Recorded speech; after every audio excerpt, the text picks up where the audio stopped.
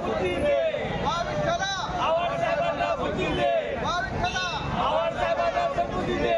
महाराष्ट्राचा एकच वादा, अजित दादा, अजित दादा, महाराष्ट्राचा एकच वादा, अजित दादा, अजित दादा। हो गया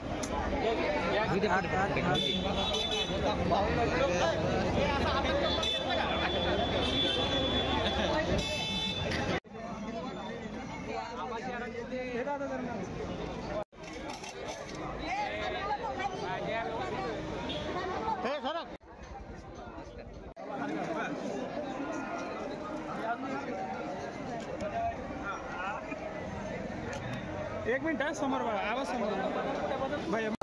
महाराष्ट्राचे उपमुख्यमंत्री आदरणीय अजितदादा पवार साहेब यांनी पवार साहेबांच्या काळजीपोटी जे वक्तव्य केलं त्या वक्तव्याचा जाणीवपूर्वक वारंवार ज्या पद्धतीने म्हणजे आवाड साहेब त्या वाक्याचा विपर्यास करून अजितदादांची प्रतिमा मलिन करण्याचा प्रयत्न करीत आहे, त्या विरोधात राष्ट्रवादी युवक काँग्रेसच्या वतीनं आज पंढरपूरमध्ये विठ्ठलाची दुग्ध अभिषेक करून बदाम वाटण्याचा कार्यक्रम आम्ही आयोजित केला। कारण बदाम खाल्ल्यानंतर बुद्धी तल्लख होती आणि बुद्धी शांत राहते म्हणतात, पण आजपर्यंत आवाड साहेबांनी ज्या पद्धतीनं दादांना वारंवार बदनाम करण्याचा प्रयत्न केलेला आहे, म्हणून आम्ही विठ्ठलाला एक विनंती करतो की बा विठ्ठला, आवाड साहेबांना बदाम आम्ही अर्पण करतो तुझ्या चरणी, तर बा विठ्ठला तू आवाड साहेबांना सद्बुद्धी देऊन अजितदादांबद्दल आणि पवार साहेबांबद्दल जे वक्तव्य प्रेमापोटी केलं त्या वक्तव्याचा विपर्यास न करता त्यांनी सरळ मार्गे राजकारण करावं। कारण आज अजितदादा ज्या पद्धतीनं महायुतीमध्ये सामील झाल्यापासून जो कामाचा धडाका सुरू केलेला आहे त्या विरोधात